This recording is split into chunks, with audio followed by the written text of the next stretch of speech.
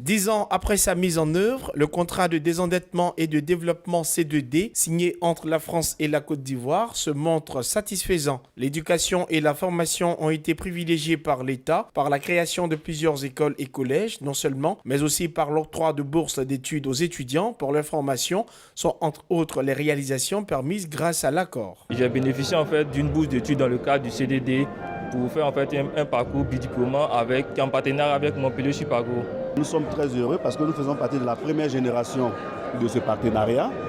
Et nous sommes heureux que ce collège soit construit dans une zone à la périphérie de la ville de Ferkessédougou, rapprochant ainsi le collège, c'est-à-dire l'école des enfants. Aujourd'hui, les enfants ne sont plus obligés de venir à Ferkessédougou pour aller au collège. Ils restent chez eux, ils restent en famille et ils viennent au collège.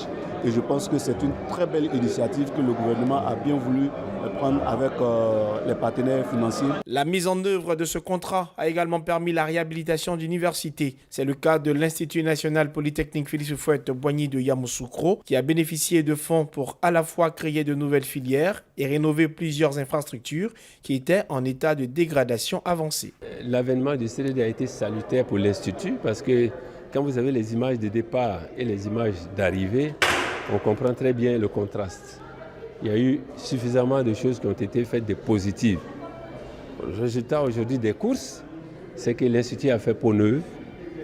L'Institut a procédé à une rénovation des qualités, non seulement des formations qui existent, mais aussi a procédé à la création de nouvelles filières inexistantes et dont les entreprises en avaient vraiment besoin. Le contrat de désendettement et de développement est l'outil qui accompagne le programme Pays pauvres très endettés PPTE, dont la Côte d'Ivoire qui a d'ailleurs bénéficié de l'annulation de sa dette de 1 729 milliards de francs CFA en 2009.